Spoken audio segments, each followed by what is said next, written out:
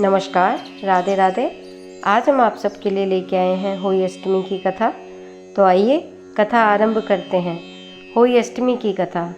एक साहूकार था जिसके 7 बेटे, 7 बहुएं और एक बेटी थी। कार्तिक महीने में दिवाली से पहले अष्टमी को अपने मकान की लिपाई पुताई करने के लिए 7 बहुएं अपनी इकलौती नंद के साथ जंगल में जाकर खदान से मिट्टी खोद रही थी। वहाँ पर ही स्याऊ की मान थी। मिट्टी खोदते समय नंद के हाथ से कुदाली स्याऊ के बच्चे को लग गई और वह तुरंत मर गया। इससे साहू माता बहुत नाराज हुई और बोली कि मैं तेरी कोख बांधूंगी। नंद अपनी 7 भाभियों से बोली कि तुम में से कोई अपनी कोख बंधवा लो। तब 6 भाभियों ने तो अपनी कोख बंधवाने से मना कर दिया, परंतु छोटी भाभी सोचने लगी कि यदि मैंने भी अपनी कोख नहीं बंधवाई तो सासू जी नाराज होंगी। यह सोचकर नंद के बदले में छोटी भाभी ने अपनी कोख बंधवा ली। इसके बाद छोटी बहू के जो बच्चा होता वह 7 दिन के अंदर मर जाता। एक दिन उसने पंडित जी को बुलाकर पूछा कि मेरी संतान 7वें दिन क्यों मर जाती है, इसके लिए मैं क्या करूं? तब पंडित जी ने कहा कि तुम सुरही गाय की पूजा करो।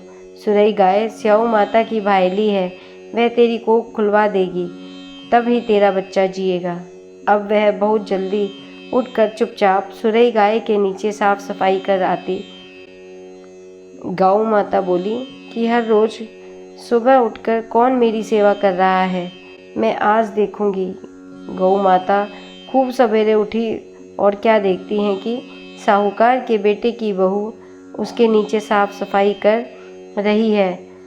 गौ माता बहू से बोली कि क्या मांगती है सो मांग। साहूकार की बहू बोली कि स्याऊ माता तुम्हारी भायली है और उसने मेरी कोख बांध रखी है, मेरी कोख खुलवा दो। गौ माता ने कहा अच्छा। गौ माता साहूकार की बहू को अपनी भायली के पास लेकर चल पड़ी। रास्ते में कड़ी धूप थी, वे दोनों एक पेड़ के नीचे बैठ गईं। थोड़ी देर में वहाँ एक सांप आया और उसी पेड़ पर गरुड़ पंखनी के बच्चे को डसने लगा। साहूकार की बहू ने सांप को मारकर ढाल के नीचे दबा दिया और बच्चे को बचा लिया। थोड़ी देर में गरुड़ पंखनी आई तो वहाँ खून देखकर साहूकार की बहू को चोंच मारने लगी।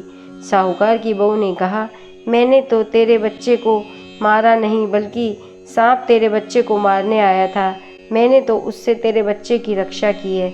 यह सुनकर गरुड़ पंखनी बोली कि मांग तू क्या मांगती है? वह बोली 7 समुंदर पार साहू माता रहती हैं, हमें तुम उनके पास पहुंचा दो। गरुड़ पंखनी ने दोनों को अपनी पीठ पर बैठाकर स्याऊ माता के पास पहुंचा दिया। स्याऊ माता उनको देखकर बोली कि आजा बहन, बहुत दिनों में आई है। बात करते समय स्याऊ माता ने बीच में कहा कि बहन, मेरे सिर में जुएं पड़ गई हैं। सुरही गाय के कहने पर स्याहूकार की बहू ने उसके सिर की सारी जुएं निकाल दी। इस पर स्याऊ माता ने प्रसन्न होकर कहा तूने मेरे सिर में बहुत सलाई फेरी है, इसलिए तेरे 7 बेटे और 7 बहुएं होंगी। वह बोली मेरे तो एक भी बेटा नहीं है, 7 बेटे कहाँ से होंगे?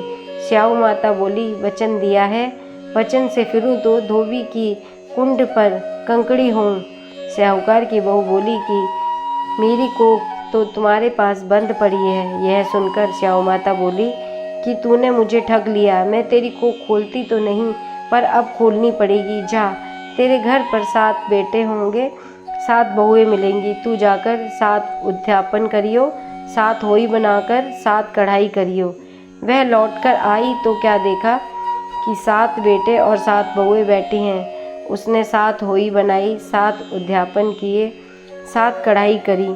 शाम के समय जेठानियाँ आपस में कहने लगी कि जल्दी जल्दी धोक पूजा कर लो। कहीं छोटी बच्चों को याद करके रोने लगी।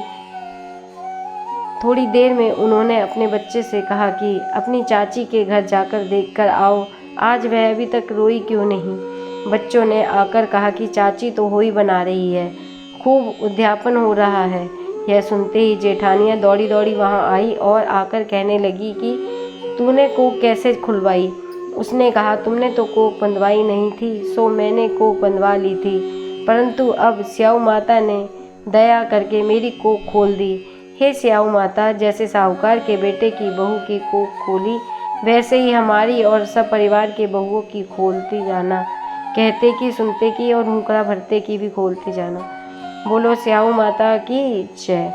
इसके बाद विनायक जी की कहानी ज़रूर सुनें। अगर आपको यह वीडियो पसंद आई है तो वीडियो को लाइक एंड शेयर करें एंड चैनल को सब्सक्राइब करें। राधे राधे।